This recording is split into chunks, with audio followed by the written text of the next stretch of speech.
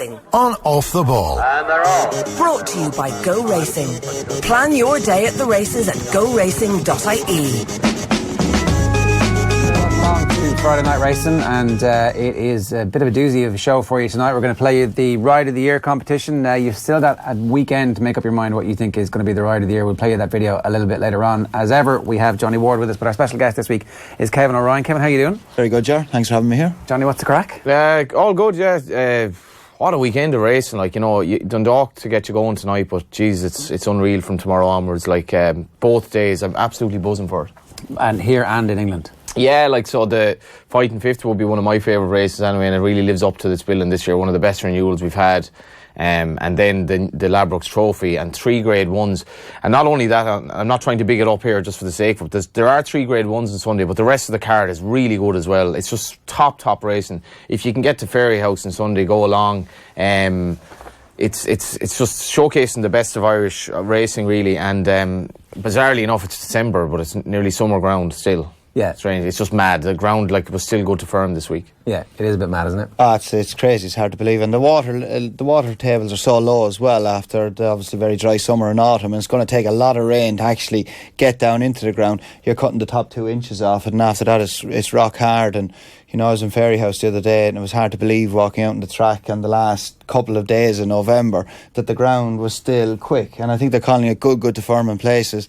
Thurles yesterday was quite quick as well. A couple of horses are taken out as the day progressed because the ground was too quick for them. Yeah. It's crazy this time of year, but it is Ireland. When it does start raining, we'll be washed out of it. Yeah, no, it's true. Kevin, you're a man who wears many different hats when it comes to racing. Even put that one on. Hey. It wouldn't be any more than what you have already. Like, but he does have strong links to Jigginstown as well. Yeah, but many different hats, Kevin. Many different hats. Yeah, look, I've been... How do you describe yourself now? Is it Renaissance man? Is that the correct term? Jack of all trades, master of none, general chancer, really. And getting away with it. And thankfully getting away with it. And please God, touch wood, I'll get away with it for another bit. The look of love, I was going to say. The look of love that Johnny Ward has in his eyes for you right like now. Johnny here, yeah. We keep chancing around. We're both still alive anyway, and we have work. Exactly. Here, Ger, I've been very, very fortunate. I make a living out of my hobby. I know nothing else, only racing. I always wanted to be in racing. I've been going racing as long as I can remember. Dad was head man to Adrian Maxwell, and then Jim Bulger, and then Mick O'Toole. And as long as I can remember, I've been going racing. So when you were in the back garden as a kid, were you commentating? Were you jumping? Were you like winning the derby? What were you doing? What was the dream at that stage? Winning derbies, actually. I always wanted to be a flat jockey. I'm 41 now, and we moved to the Curragh when I was 6. So I grew up in the Curragh, obviously the home of flat racing, and I always dreamt about winning, riding ponies and running around that. We used to build actually Grand National courses out the back, and what we used to do with the races as well, we used to have our own little race tracks at Nace Racecourse, Leopardstown, Gorham Park. There would be myself, Ruby Walsh, young Ted, Thomas Gillespie. Remember Declan Gillespie, they used to train. My brother Mouse, Johnny Feen, who's now training. So just Fair all kids. Fair collection of wrong ones there now. Fair collection of wrong ones. And we'd all spend the day running around. We'd break branches off the trees, pretend they were sticks. And we were Cash Asmussens and Steve Caughtons and Lester Pigotts and whatever else. And I always grew up, I dreamt of being a flat jockey. But I knew when I got to around 12 that wasn't going to be the case. Because of your size? Is that it? Yeah, well, obviously I was getting a bit heavy as well. Mum had some job to keep me in school because all I wanted to do was go to Liam Brown's as an apprentice, because I'd been reading about Mick Cannan and Mark Dwyer and Pat Gilson, Tommy Carmody, and all of those. They served the time in Mick Cannan or in Liam Brown's. He only trained where we lived at the time as a Maddenstown, so the lads in Liam Brown's would be going past our house to go to work. And Mum said, no, you're staying in school.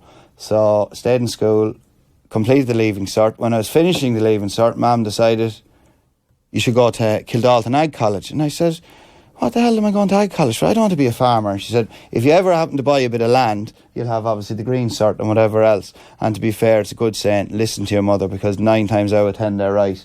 And it was the best year I spent. Okay, so it was only 1 year. It was the last of the year's course. It was the horse production course in Kildalton College down in Kilkenny in Pilltown. And we used to go up and ride out every morning for Aidan O'Brien when he was still in the hill. He's still at 80, 90 horses in the hill.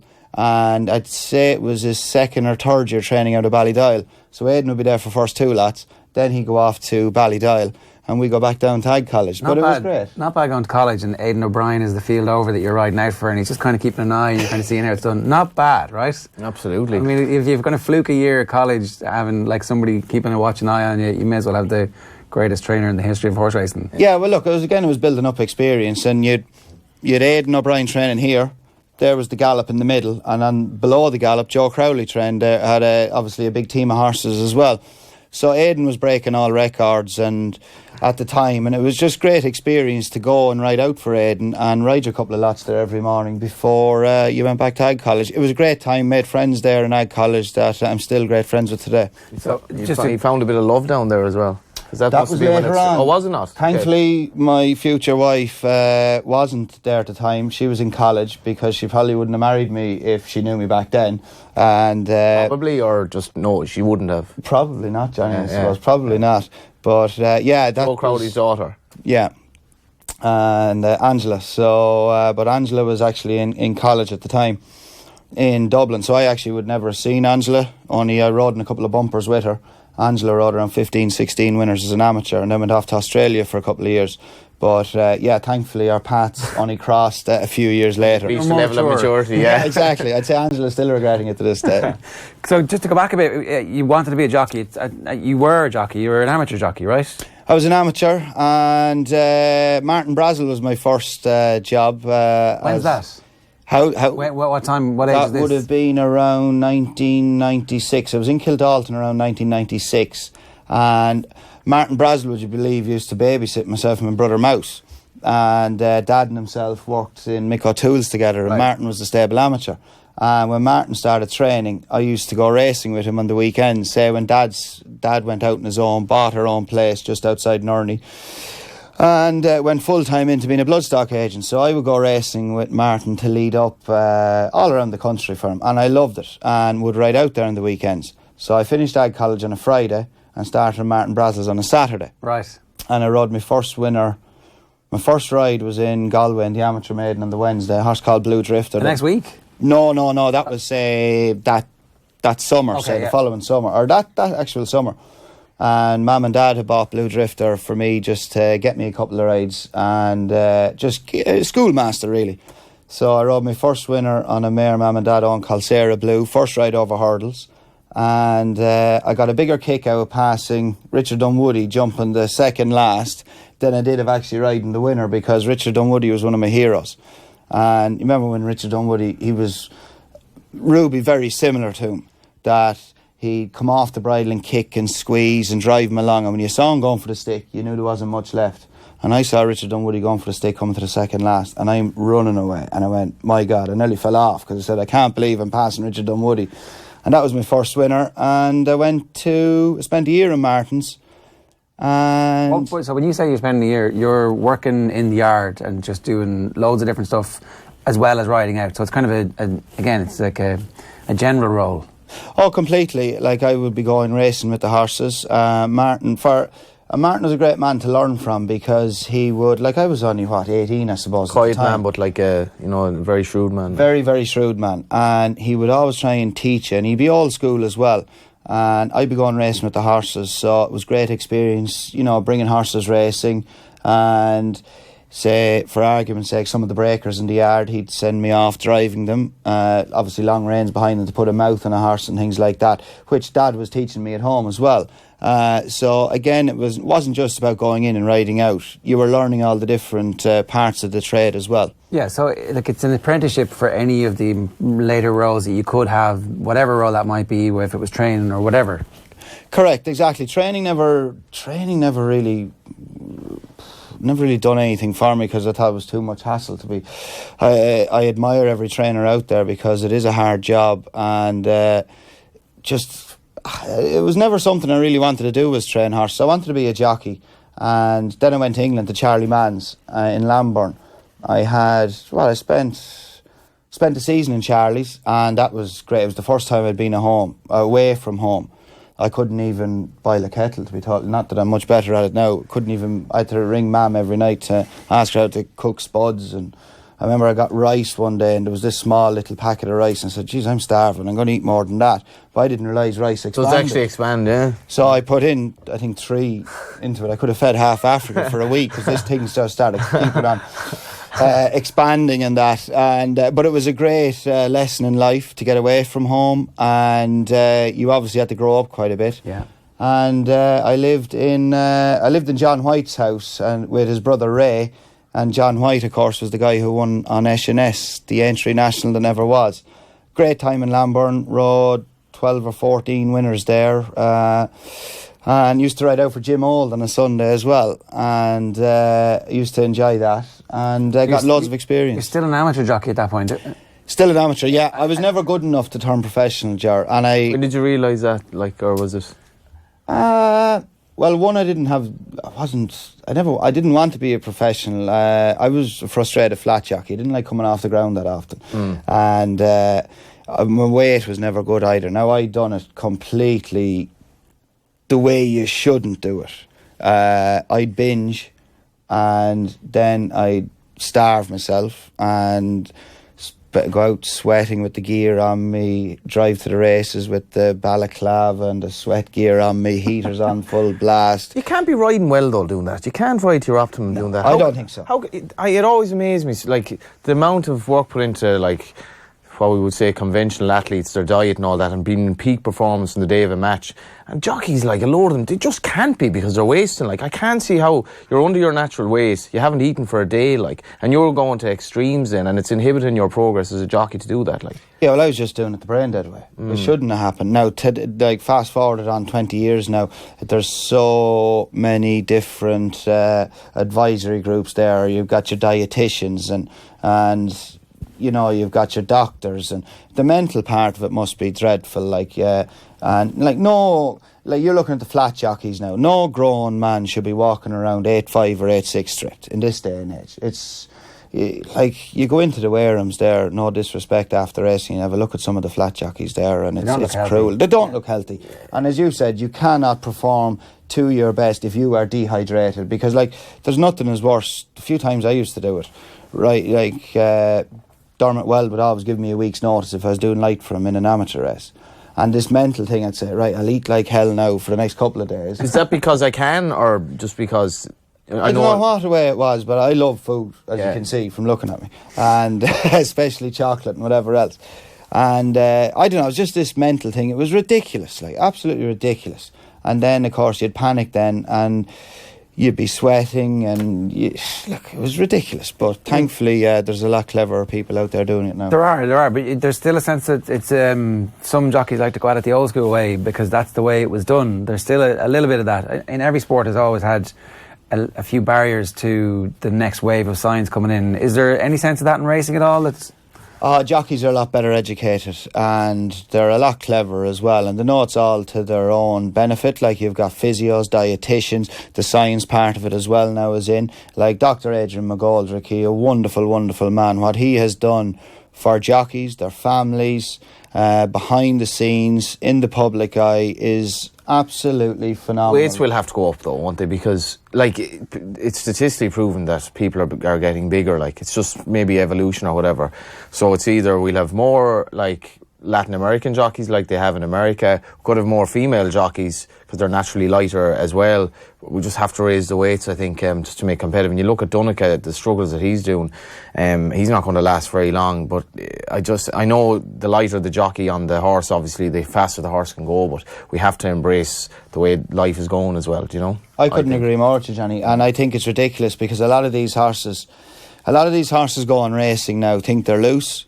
Because for the simple reason is, like I just gone back to my time at Dermot Wells, some of our best riders in the yard, the likes of Paddy McLaughlin and those guys, they were heavy lads, but they would ride the good horses every morning. So then they're going, like, you have to factor in not just the weight of the jockeys, or the lads riding out every morning, the saddles, the quarter pieces, the sheets that would be on them as well. Like, they were going racing then and they think they'd be loose. And I couldn't agree more with you. If we keep going the way we're going, it will be full of Latin American jockeys because obviously they are still quite small. How many actual Native American jockeys are riding in the flat? Gary Stevens is one that's just after retiring, but he's 54 or 5 years of age. There's Joe Talamos and guys It's like probably that. particularly pronounced over there because I'd say Americans are even like probably their average weight is probably even bigger than like we'll say Ireland, but like We're catching up by the obesity. we are catching up, obesity yeah. levels But in in Ireland. terms of like beyond obesity, it's just the fact that we are getting bigger, and course. I think there has to be a pan like national agreement on that. Can we go back to the bit where you were saying that you realise you're going to stay amateur? So at that point, obviously, you're not going to make your living from racing horses as a jockey. What do you decide to do at that point? How do you decide to stick around? You know, because once that career path is closed, then obviously you don't really want to be a trainer. There's fewer and fewer career paths you get along until you eventually, I think, find your calling a bit as an agent. Yeah, it's true. There was no real plan, Ger. It was just being the right place at the right time. I came back to Ireland the year, and myself and Ruby, we grew up together. And Ruby turned professional, and I came back for the summer. And I never really wanted to kind of go back to England. And anyway, Ruby turned professional, so I got a job in Willie Muns's. So this was Ruby's first year as a professional, and Willie had these streams of bumper horses. So obviously I was there, John Cullen was there, and Ian Ahmed, you know Busty, who's now one of Gordon Elliott's assistants. And I'd say it was Willie Muns's worst year on record for bumper winners. So whether we were to blame, but to be fair, it was just one of those things that the horses weren't good enough. And we had plenty of rides for Willie. I rode no winner when I was there. But a lot of what I'm doing now started or evolves from my time with Dermot Weld. And I got a call from Dad, who obviously does a lot of business with Dermot Weld as well. Dermot Weld had rang Dad, and he says there was an amateur race, used to be an amateur race at the October meeting in Galway, and a horse called Iron County Xmas. And Dermot Weld rang Dad, and he said, could Kevin ride Iron County Xmas for me? So I didn't sleep for 2 days thinking of riding for Dermot Weld. So rode him, finished second, rang Dermot Weld on the way home, and I said, Mr. Weld, Kevin O'Ryan. And he said, you'll ride plenty of winners for me in the future. Put the phone down thinking, whatever. So that probably won't happen. So I rode a horse called Peerless Motion for him in one of the first 4-year-old bumpers the next February time. Again, finished second on him. Rang him that night, and he offered me a job. Right. So anyway, What was the job? The job was stable amateur to Dermot Weld. Would he have had many bumper horses at that time? Sure, he always had around 4, 5 or 6, but there was obviously a lot of amateur races running the flat season as well, yeah. And you would ride loads of winners. I probably rode around 25, 30 winners for Dermot Weld. And anyway, I broke my collarbone, and it was to have a couple of rides in Cheltenham for Tom George, a horse called Riot Leader, who just got beat in the 4-miler, and a mare called Carlingford Lock. But anyway, I couldn't ride those because I broke my collarbone. Your recollection of names is impressive now. So I know nothing else. Yeah. So I came back, started in Willie's for a day, and next thing I said, you know what, James Nash had come back, and James was starting to ride the bumper horses again. So I rang Dermot Weld's office on that lunchtime, asked was the job still there, and he said, yes, when can you start? So I started. And obviously left Willie in great terms. I got on famously with Willie. I rode a winner for Willie subsequently, a horse called Zara Peace in a 3-year-old hurdle after I left him. And, the majority of his flat runners every year are ridden by my lads. So I have a great relationship with Willie. And I'd always have a couple of horses there through owners and that would be going to him in the pre-train yard. But I spent 7.5 years in Dermot Weld's, and that's where everything really took off. Rode a lot of winners for him, got in with a lot of other people, and you'd be going to Leopardstown there when it used to be on a Wednesday evening, and there used to be a lot of amateur races up there, and you'd be riding one of these horses for Dermot Weld, and should I go around in the bridle, and it was just great to be a part of such a professional organisation. The horses that were there, like Media Puzzle won a Melbourne Cup, Vinnie Rowe won 4 Ledgers, Grey Swallow won a Derby, Dress the Trill won a Matron, Sun Chariot, Matriarch Stakes, there was 3 American Derby winners, Simple Exchange, Jazz Beat, can't think of the other horse's name, evolving tactics. And Anzar won his Galway plates, Galway hurdles. So at this point, you're the stable amateur jockey, but obviously Stable amateur. Your day-to-day job is being around and making sure everything's going right. Or at that point, are you already beginning to become an agent? No, I used to spend 5 days of the week in Dermot Wells, just riding out in the mornings, and that's where I met Pat Smullen. Pat was stable jockey a year before I started there, and we just clicked, and we just became friends. And Pat asked me, he was obviously going out with Francis Crowley, who was one of the leading dual purpose trainers at the time, and he said to me one morning, her amateur Brian Crowley had gone to England to turn professional. He went to Venetia Williams. So Pat said to me, have you any interest in going down to Francis? If you go down 1 day a week, you'll ride all the bumper horses. I said, you're mad. I said, I'll go down 2 days a week. Yeah. So I went down, and I was there for a month. That was December, end of November, beginning of December 1999. Angela, my now wife, had just come back from being in Australia for 2 years ago. Written 2 in years. the stars, Kevin. She was Francis' assistant, and she obviously must have taken a shine to me or somewhere along the line anyway. But I brought my 2 collarbones then on New Year's Day, the first day of the millennium in Tramore. And then when I came back, we started going out. The first day of the millennium, a lot of people were sore that day, but you were proper sore. Oh, I was proper sore, let me tell you. I was proper sore. So yourself, Aidan, and O'Brien and Pat are married sisters. Yeah. That's the mad thing about it. Yeah. Aidan's married to Anne-Marie. Pat's obviously married to Francis. I'm married to Angela. Trevor Horgan, you remember Trevor? He was one of the top jump jockeys. Career-ending fall in the Heineken Gold Cup at Punchestown of a horse of Richard Fahey's. He's married to another sister, Trevor. And Angela's mum and dad used to say to us that we used to always say to the girls, there's 6 of them, go off to college and whatever else, and don't marry anybody in racing. Only 2 of them listened. One of the girls' 3 says the art gallery there on Molesworth Street. Yeah. And the other sister, Angela's twin, Monica, is a big designer up here as well. So 2 of them. Very live in achieving Dublin. family. So, yeah, so 2 listened and 4 didn't listen. But, and that's how it all started with the likes of Pat Smullen. It doesn't sound like there's any regrets there. So that's where you become an agent at that point. It's like you think, okay, I can stay in racing. Had the amount of winners and the amount of rides that you were doing, was that something you needed to get a bit more balance of that? Yeah, well, look, I was probably coming to the end. I'd ridden out my claim, which I wanted to do. And What does that mean? Sorry. Basically, you had to ride 65 winners. You had an allowance. Say you start off at £7. You take £7 off the horse's back, and then 5, and then down to 3, and then when you ride 65 winners over jumps, that's it, gone. Right. So that's a great achievement for any jockey to achieve. And the old bottle wasn't great. The nerve now was starting to. Was it? Yeah. Yeah, you're starting to think about. Will you talk to me a bit about this, because it comes up time and time and time again, and it's the only sport where everybody is quite happy to talk about it, and it's clearly one of the most important things, and it's not a real thing that you can see going up and down. Like, it's just complete intangible. How did you notice it was going? What does that feel like? It feels horrendous, to be totally honest with you. it's gone, isn't it? Well, it's gone, it's gone. When you start thinking about it, it's time to stop it, really, to be fair. And look, I had a couple of injuries. I broke my collarbones 4 times. That was it. So nothing really happened to me in the greater scheme of things. And you compare Ruby and all those guys, mentally they must be made of iron.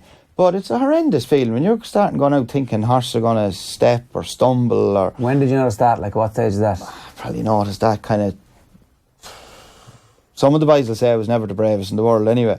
But I don't know, probably the last year, I suppose, you know. And I was, and I was thinking, when you start, turning down rides and bumpers, because I wanted to go to the sales and things like that, when your heart isn't fully in something, it's time to move on.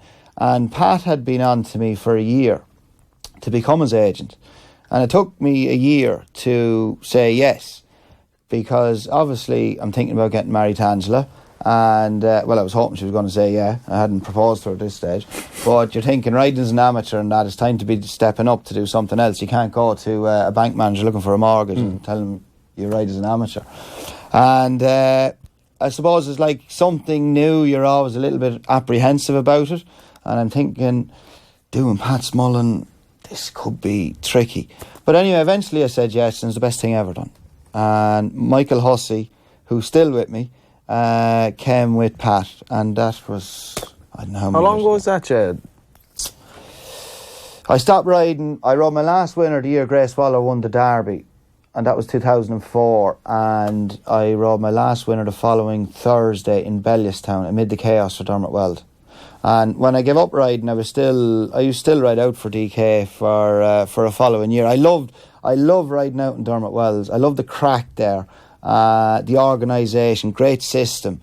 And everything ran like clockwork. And to this day, I still actually miss riding out there from time to time. Just the crack and the banter in the mornings, you know what I mean? I'm interested as an agent how you handle the ladder, in the sense of you have the lad at the top of the ladder, and then you have the lad struggling, and you have a lot of lads in the middle, and how you cater for them all when it's hard not to prioritise some over the other, and how do you keep everyone happy? Like, yeah, look, it's a good question. I can't really give you the answer because, and people now will be watching this and they're going, this is a crap answer, right? But nobody gets priority with me. Everybody gets treated the exact same. I don't care how big or how small they are.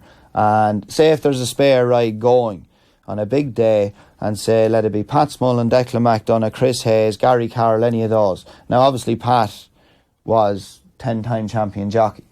9 times out of 10 they would go for him, but Declan McDonough has been champion jockey, and I would give the trainer the choice, and I think there wouldn't be a trainer out there who will say that I have favourites for that. If there's a spare ride going that there is no connection with that particular trainer or any jockey, I will give them the list, and I will say, you make your mind up. And I think all my jockeys know that there's no favourites or that, you know. I'm very lucky with the crew I have, Ger, that, and Johnny will tell you as well, and I'm a bit ruthless when it comes to it. I won't take on a lad that I can't stand over and that I can't think can ride, because I'm trying to sell those. And is that an ability thing or a reliability thing? No, both. Ability especially, and then reliability as well. I'm friends with all my jockeys. Now, I have my moments. I get very angry at night. I want to win every race every day. I'm very ambitious, I'm very driven, and I'm very hungry. And I want to win every race every day. Thankfully, I've done it plenty of times, but I want to do it every day. It's not going to happen, as we all know. Of course it doesn't happen. But if one of my lads get beat, a short head in the line, the last, or whatever like that, I was saying, geez, why didn't they do this, or why didn't they do that? Do you have that conversation with them, or do you have to bite your tongue and not have the conversation? How does that work? No. Excuse me, some of the younger lads now are probably listening to this that I look after, and they're doing some laughing because they get some phone calls along the way. But to be fair, the lads always ring me. I remember going back to Joseph O'Brien and Pat Smullen. If the two of them, we would have a laugh, say if myself and Angela were somewhere in the car together or that, and whichever one rang first, I guarantee you the other one would be on call waiting. If the two of them rode in the last, they would go through all the rides of the day. If they got beaten a couple, Joseph, Pat, if it was a 47-65 round Sligo, which those you would think doesn't really matter to those two guys, they would be on, what do you think I done wrong? Or maybe I'll do this in it the next day. But that's why they were so successful and so good, because they were so driven, and every ride they had got a Group 1 ride. I think that's what sets jockeys apart as well. That's like you are motivated for the run of the mill stuff. It sets anybody apart. Football, any sports person, any business person, you have to have that bit of ruthlessness, drive, competitive streak, a bit of a bit of madness about you, and that's what sets you apart from everybody else, and that's what makes those really successful people. The other thing is as well, like, say you're on about the race in Sligo, like Sligo and Ballinrobe to ride compared to the Curragh is absolute chalk and cheese, and it's a lot more demanding of a jockey depending on the race. Like, so if you're going to Sligo and you're drawn wide but you're on the best horse, like, that can be very, very complicated, I'd imagine. Of course you can, but I'd never worry about draws when you have the real top lads riding, because that's why they're the top. They can overcome these things. And they've all their homework done. You don't have to give those instructions. Like, trainers don't give those instructions. I guess, as Pat Smullen will tell you, Dermot Weld probably didn't give him an instruction for 3 years. Right. It's mad, really, when you think about it. Like, it is. There's just obviously a trust there, a level of communication that has happened over the years. I think but you do have to understand the horse, like, because if the horse is a bridle horse or if he's lazy, they're two completely different things. It's like, if he's not travelling for you, don't be too worried, he will find for you, like.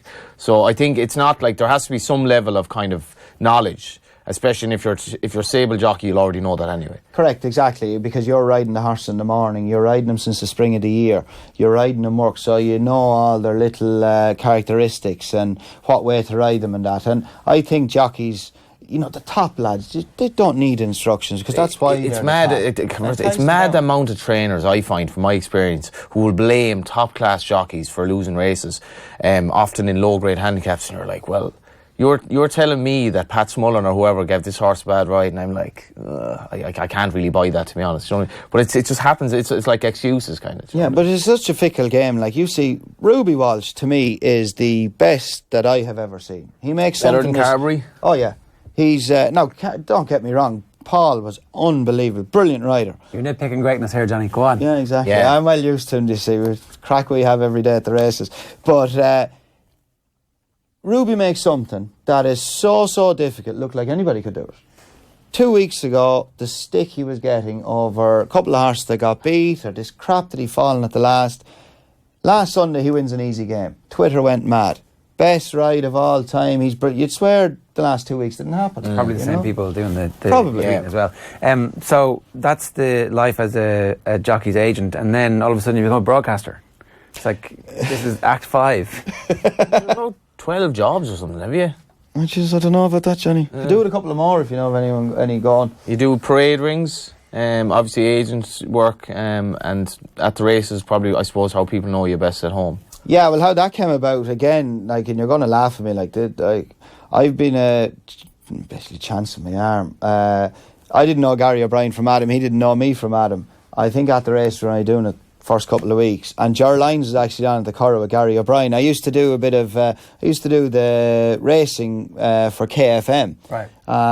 Punchestown, the Curragh. I really enjoyed that, but it was obviously sitting behind the mic, nobody could see you. So I see Ger Lyons on with Gary O'Brien, went over to Gary, introduced myself, and I said, if you're ever looking for a jockey's agent to come on with you should give me a shout. Gary rang me 2 days later, Listowel was on. Well, I didn't half-brick myself that day. I thought, God, what am I after doing? Why couldn't I keep my mouth shut? Different, as you know, sitting behind the mic, nobody can see you. Now you're front of house. Did that, was that more nervy than like being a jockey back in the day, or was it a totally different type of nerves? Totally different type of nerves, I suppose, because I don't know what kind of nerves. I was just nervous, so to me, nervous is nervous. I meet sports people that are like really, really high-class sports people, including jockeys, and they'd brick it going on an interview, like, if they were on the late now, they'd be really nervous, but they'd have no problem riding in front of 50,000 people. Well, I was always good at talking, and as people had said, that like the school report used to come home, and Mum had looked at it from every teacher was, grand young lad, but needs to stop talking. So I'd say I came out, I was born yapping away. Yeah. But no, I went down, went on with Gary in Listowel, and went grand. I hope it went grand. And anyway, Gary rang me the next hour. The producer said to Gary, would Kevin have any interest doing 2 more days of Listowel? So that's how it all started. Yeah. And then I was just on as a guest with Gary. And then as Dave Duggan was working for At the Race at the time, so he would come over and do a bit of presenting when Gary wasn't able to do it. So then he left, and I started presenting, and I think we were with them 14 years. Enjoyed every minute of it, and it opened up so many different avenues for me. Yeah, it's great the way this happens. It is kind of a Forrest Gump style career. I don't know if that's just the right place, the right time, and the opportunities come, but you have to be able to ready. You also have to ask for the work and put yourself out there. You have to succeed. You can't just, if Listowel hadn't gone well, you wouldn't be there 14 years later, Well, I'd be very hard on myself. I'm very self-critical, and I always have been. As I say, I'm very driven and ambitious, and if I want something, I go and get it, I try to go and get it, and I am very, very hard on myself every day. Even going back to the jockeys, if I miss a winner, I be kicking myself over that. Now, in the greater scheme of things, it means very little, and I'm always trying to learn. Every day is a school day, and I want to be the best at whatever. I want everything I do, I give 110% to doing it, to try and improve. And I'm just very privileged. and honoured to be making a living out of my hobby, which is racing, which is a brilliant industry. It is great to be able to be involved and so embedded in something and still love it after all these years. We're going to talk about some of the races now, so maybe stay with us and give us some of your thoughts. You can maybe give us some insight. We might pick a winner. Might struggle. It's been a while since we've had a winner.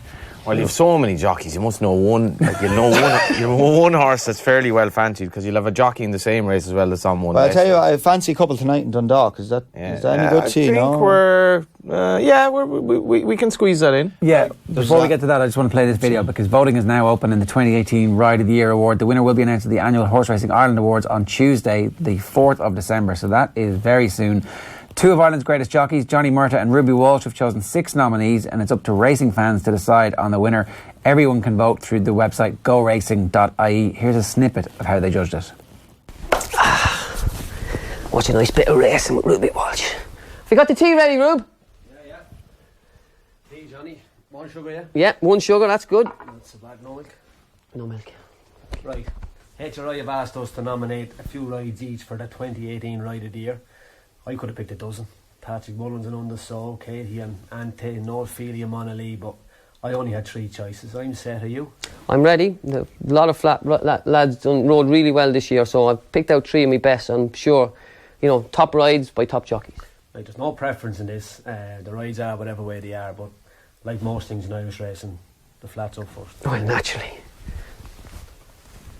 First ride is Colin Keane, Tennessee Wildcat, Tipperary.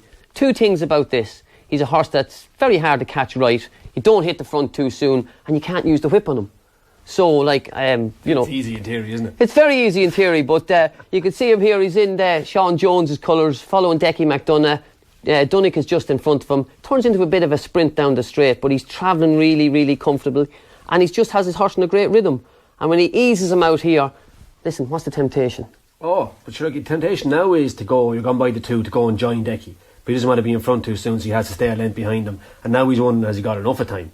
But hands and heels, strong. He's very, very strong. He's rolling him around there. He's doing a few different things just to get the horse going. Now he has him in full flight. But what's the temptation? You have to hit him. Give him one. Go on, just to get that. But he didn't. And don't hit the front too soon. Boom. On the line.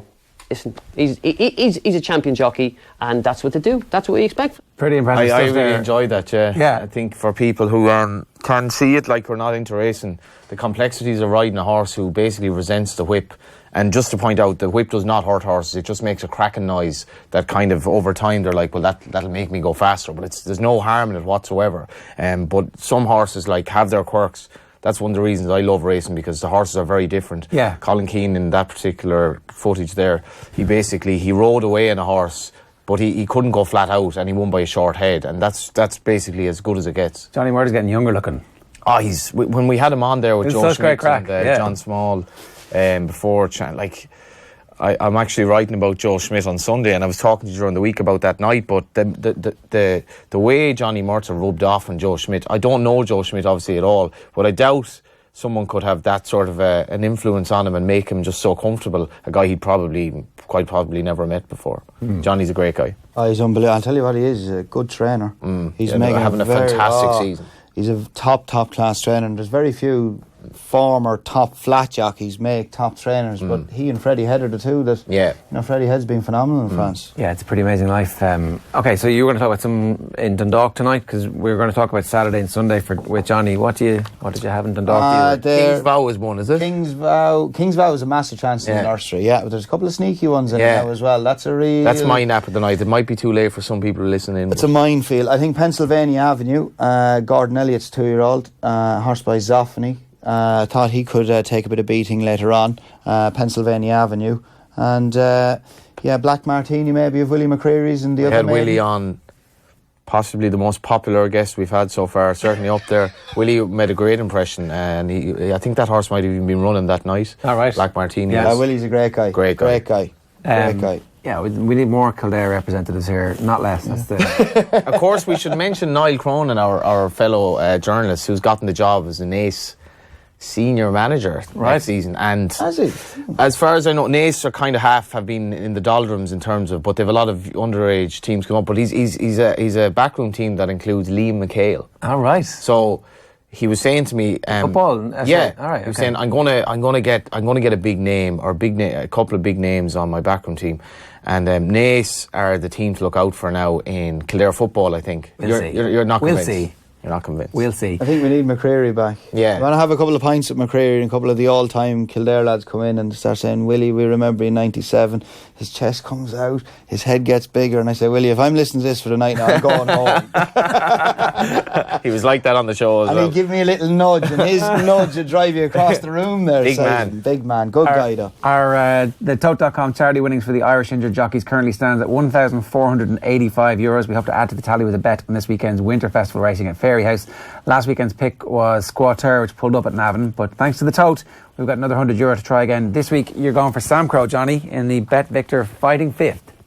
Yeah, we did a bet on Arc weekend. I can't actually remember what we tipped now, but we were betting into the French pools, which is something you can do on the Tote. So you can back into the pool in England tomorrow, which would be the Bet Victor Fighting Fifth hurdle at 2:05. I'm absolutely buzzing for this race. Sam Crow is my favourite horse in training. Quick question about the betting into the pool. If you're backing an Irish horse in England, you're better doing it that way, are you? More than likely, the Irish prices here. It doesn't really matter where it really comes into play is like if you're backing into the pool in the Far East, right, where they are crazy into their betting, but they have to bet in the pool. So Capri was running there the other day, and his price was Japan Cup. Yeah, his price was basically way too big on the Tote, and you can get it in France. There was a great story in France when Deep Impact ran in the Arc, and all the Japanese, like, they were at the track from basically dawn to see like their new Pegasus, and they backed him like into odds on. He was not an odds on shot, but they all backed Deep Impact, and it meant that the winner, Rail Link, was like I think about 25-1 when he should have been about 10-1. Right. So that can happen. So betting into the Tote pool is often very wise on international races. On Sam Crow, I'm not sure what he'll pay, but I'm mightily excited. He's taken on the reigning champion hurdle winner in Bouverdere, Somerville Boy, who obviously won the Supreme last season.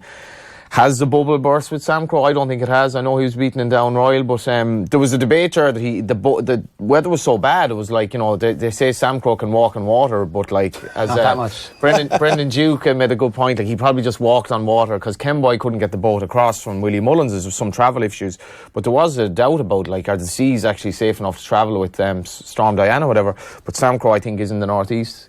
And all systems go, and one of your men is riding him. Yeah, Jack Kennedy. Jack is one of two jump jockeys to look after. Davy Russell, obviously, as well. And I don't think the bubble has burst. How can the bubble have burst after one run this season? I was there at the races that day, and he looked good and big. He had a lot of condition on him, Ger, before that race. This is the other thing about going racing. If you're a good judge, you can go in, you can watch the ring. Sam Crow was 1-3 that day. So, like, a lot of people are going to wager on him, and you can say, yeah, I'm not having this. I mean, he's going to need the run. He was well beaten, and he needed the run. And remember, Apple's Jade ran an identical race to Sam Crow in that race a couple of years ago, and she got beat as well. We were all walking away going, oh, maybe she's not the filly she was. And rocked off in this. The only thing that disappointed me about Sam Crow, and I probably said it to you as well last year, publicly, I was all over him. If this horse stays over hurdles, this horse wins the champion hurdle, if he gets there in one piece. I thought he'd the gears, the whole lot, to go and win a champion hurdle. And that's what I was disappointed with. Just from the back of the second last to the last, when Jack has asked him to quicken up, he just looked a bit one-paced that day. I don't think that was gears, though. I just think he probably blew up, like, you know, because that's what I'm hoping, like, yeah, anyway. That's what I'm hoping as well. I obviously hope he wins for obvious reasons. And with the run under his belt, Bouverdere's having his first run of the season. Somerville Boy is having his first run of the season. So whatever they're going to do, they are going to improve fitness-wise. Sam Crow, I think, it'll be very hard to beat. Don't rule out Bedrock. Not that he's good enough to win, but was he 16-1 or something? He obviously beat him in Down Royal. He beat him. He's mad fit, and he's a progressive horse. He's improving again. But Sam Crow, for me, I think he'll win. Okay, just a reminder, you can avail of Tote's price guarantee and follow the Fairyhouse Winter Festival action this weekend on the Tote.com. So let's talk about Newbury before we get to Fairyhouse. We can finish up with the three big ones at Fairyhouse. So Newbury, you want to talk about the Trophy Chase, which is a... Yeah, the Ladbrokes Trophy Chase, 250 grand race, used to be known as the Hennessy. Very, very small field, Kevin. Like, Ken Boy we mentioned, I don't know what happened with him, but he hasn't gotten the boat over anyway. He would have been possibly favourite under a penalty. Total Recall won the race last year for Willie Mullins. There's only 13 runners in a race worth $250,000. Field in years, it says. I'd say so. Like, you're normally getting, 18, 20 runners, more even. So it's a bit underwhelming, but I like Miss Parfall for Andy Honeyball. she was a really admirable novice last season. She ran behind Rathvinden in the 4 miler at Cheltenham, and Patrick Mullins gave Rathvinden a beautiful ride. And then she was second to Terra 4 at Aintree. She's rock solid novice form. I like sophomore chasers in handicaps because I don't think many, if any, horses have anything in hand in these. She's a course winner and she's very, very reliable. And I imagine this was her plan. 11 stone 1. And I just don't think it's that strong of a race, to be honest. No, it's not. I know he's plenty of weight, but Paul Nicholls' horse, Black Corton, how Bryony Frost stayed up the last day, unbelievable. Weatherby, first run of the season. And to be fair, he usually is a rock solid leper. I know he's plenty of weight, but as you said, Johnny, it's not, there's no den man in there, horses like that calibre that have won this race in the past. And 12 to 1. Is that what price he is? Yeah, he's a great each way bet. The weight wouldn't worry me at all. There, the ground isn't that bad, and Bryony is a bit like Rachel Blackmore in that she's basically kind of at the top of her profession in a race dominated, or in a field dominated by males, but she's well able to ride. Oh, she's well able to ride, and isn't it great for Rachel Blackmore as well? 60 winners leading. She's leading now. Yeah, fantastic. Let's move on to Fairyhouse then on Sunday. So 3 big races here that we're going to talk about: the Hatton's Grace, the Drinmore, and the Royal Bond Novice Hurdle, which is the first one of these. Yeah, obviously give mention to Bar 1. It's a tricky time for bookmakers, and in fairness to Bar 1, they're sponsoring the whole card in a big field. And like the thing about this card is there are 3 grade 1s, and there's a grade 3. And there are handicap hurdles and a bumper that, like, this is a race day that is literally laden with quality, top to bottom. It's live on RT as well. And, you know, there's just so much quality. I suppose we'll start with the Royal Bond. I'm very interested in Kevin's view on this race because I think the most promising horse here is Commander of Fleet, but I just can't see him being a 2-miler. I thought he looked like he needed even further than 2.5 the last day. He's probably a very, very promising horse now, but I just thought he might be vulnerable over the trip. And the more I looked at the race, I wasn't sure what had beat him. Maybe Araman. I'm not sure. Yeah, Araman was good. I was impressed with him in Navan, actually. Quick grab him. He was disappointing. I was impressed with him up until Navan. And he looked again like a horse. He was going to drop out and he's flown home again. He looks like a horse that needs stepping up on trip. The Jigginstown horse was very good in the Land Rover bumper, and he just showed plenty of signs of greediness for me today when he won over hurdles in Punchestown from the run to the second last to the line. But he's a horse with a big engine because there was a lot of chat about him when he came out and he won the Goffs Land Rover bumper last year, and he gave Gordon 1-2 as Column of Fire. Second, runs on the maiden hurdle tomorrow in Fairyhouse. Yeah, and this is a horse by Fame and Glory, and you look at stallions who were promising. Fame and Glory died very early as a stallion, and it's quite sad because the only reason we see him now is because of like a posthumous kind of sire, I suppose, but he would have been a promising stallion, and this is one of his more promising horses. So I honestly don't know what will win this, being honest with you. Okay, and so what type of novice hurdlers are these? Where do these end up? Yeah, well, you'd say the Supreme Novice Hurdle at Cheltenham, but the likes of Commander of Fleet, I could easily see him running in possibly the Neptune, if not even the Albert Bartlett. I think he stays well. I don't think the other horse in this, there were some other entries that probably they were taken out for this reason or that. I think he's going to be the most promising of them. Okay. I don't really see any of them win Cheltenham grade 1 otherwise. And what's the difference between the Drinmore and the Royal Bond? They're both novice chases, but the Royal Bond's a novice hurdle, so that's the same. Obstacles are bigger. Proper races, the two of them. And the Drinmore, then, I'd probably go with Laricheburg here. He's a very, very smart horse. Delta Work against him. Delta Work won at Cheltenham last year over hurdles, a handicap hurdle. Great finish against a horse of JP's, Glenlow, who possibly should have won, but he does jump well. He was very good at Down Royal. But spare a thought for the likes of Rashan as well. Colin Kidd, was it on this card that he won the grade 3 as a 3-year-old, I think? That's right, the juvenile hurdle. Colin Kidd would have... He's like... We always have this gag when you ask the small trainer, how many horses do you train? And he goes, 3 or 4. And we're like, but you've only 3 or 4. You must know, like, do you know what I mean? You'll ask Willie Mullins and he nearly have the number off. Like, one might be on a break. Yeah, but Colin would have 3 or 4, and his cheap is on Rash, and I'd love that horse to run well, but I do fancy Laricheburg here. Yeah, I like Delta Work. I thought he put up a phenomenal round of jumping in Down Royal. He beat Ben Dundee, who came out and won a good beginner's chase. by a good margin in Punchestown. And a horse you wouldn't rule out, he's a great each way price, 7 or 8 to 1, is Discorama. I was impressed with him. Paul He's Nolan's a lovely horse. Jumped Yeah, brilliantly he's a lovely horse. in Naas. It's a cracking Drinmore. Delta work for me, and Discorama's the each way bet. Okay, so the Hatton's Grace is the last one then, and we've got a fairly heavy odds-on favourite here. We do, in the form of, unless I'm mistaken, Apple's Jade. I thought she kind of... I was forgiving her at Cheltenham last year. She was probably one of the bankers of the meeting. I think there were signs maybe or suggesting that she was coming in season. But I thought she was disappointing afterwards at Punchestown. I was finding it hard to forgive her the 2 runs. But she did it well at Navan. I think Jack was very happy with her at Navan. He just seemed to think that she was back to her best. Super Sunday is definitely a threat. Over 2.5 miles on this ground, he's a chance, but I'd marginally prefer her. But it's not going to be, I don't think this is going to be straightforward. I think it's a good race. I think Super Sunday, he obviously skipped the run last day behind Faugheen, but 2.5 miles on nice ground, he's a big threat. I've backed all these long odds horses at one stage or other in the last couple of years, and Often tipped by Kevin Kilban. and regretted them all. Yeah. I'll tell you what I'm going to go for now. Apple's Jade, right? Obviously, if she's going to be very sure, you're not going to take 8 to 11 on about her. She was very impressive now at Navan the last day. I, like you... That race, though, is nothing compared to this. Like, the second favourite disappointed completely as well. agree. But it was great to see her back on a winning streak, because Gordon, and a testament to Gordon as well, because this filly was having very... the problem with her, I think, was that she was coming in and out of season. Yeah. But she was very good the last day. The only 4-year-old in the race now, he's a massive mountain to climb, being a 4-year-old taking on those horses. But 16 to 1, Farcla is a tentative each way. Presume that's his first try at 2.5 as well, yeah. Yeah, first run of the season as well. You see a lot of those Triumph Hurdle winners go on to... And it's obviously a tricky year, the 4-year-olds the next year taking on the older horses, but plenty of those Triumph Hurdle horses have gone on to one further, and Farcla, good winner of a Triumph Hurdle, and I think he's the each way bet to nothing in it at 16 to 1. We have, I just brought up a tweet during the week about Jigginstown, because the card on Wednesday at, where were we, Punchestown, Jigginstown had a 1, 2, 3, 4, 5 in a maiden hurdle at Navan on Sunday.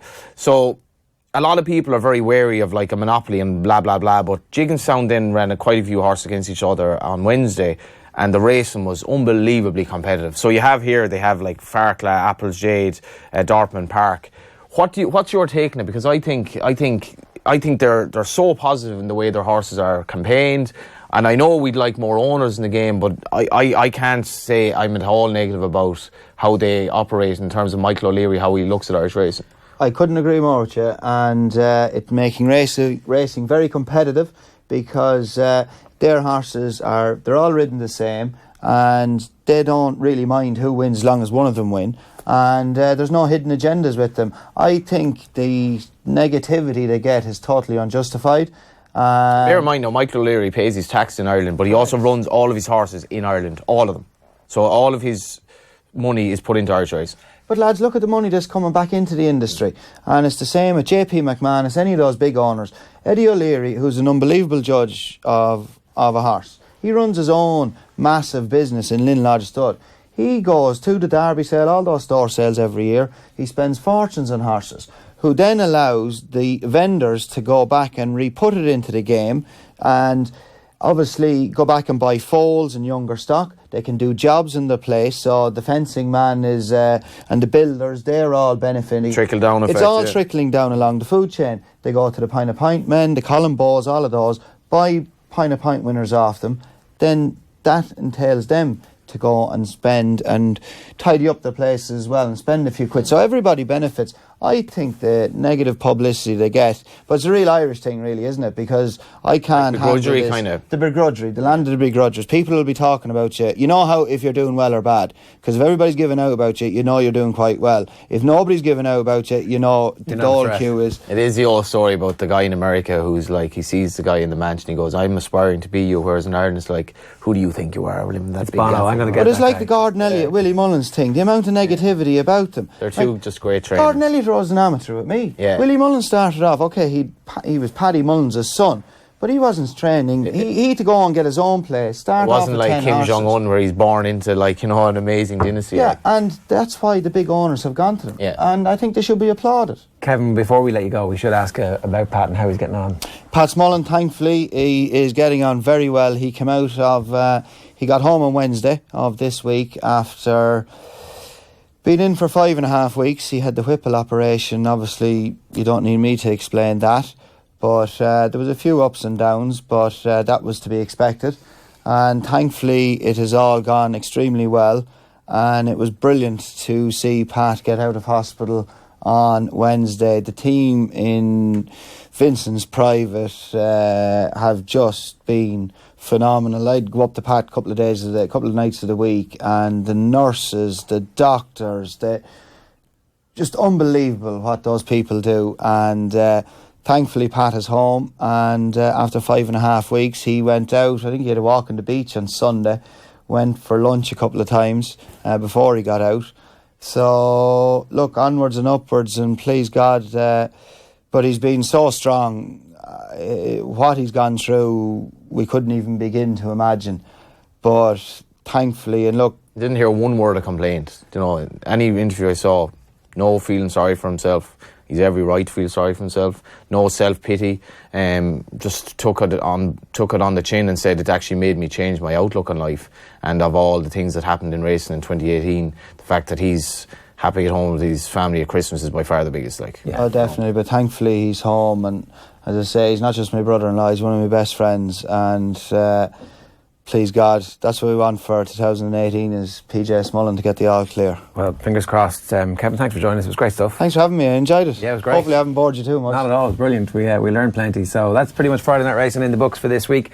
If you missed it, we're on the radio again this evening at 8 o'clock. And if you're listening on the radio, then we're live again next Friday afternoon at 3 o'clock across all of our social channels, brought to you in association with GoRacing.ie. Check out that website before you head off racing at the weekend, and enjoy the racing, whatever you watch it. Raf is up next with his Bobby Perez interview, so stay tuned. Friday Night Racing. On Off the Ball. And they're off. Brought to you by Go Racing. Plan your day at the races at goracing.ie.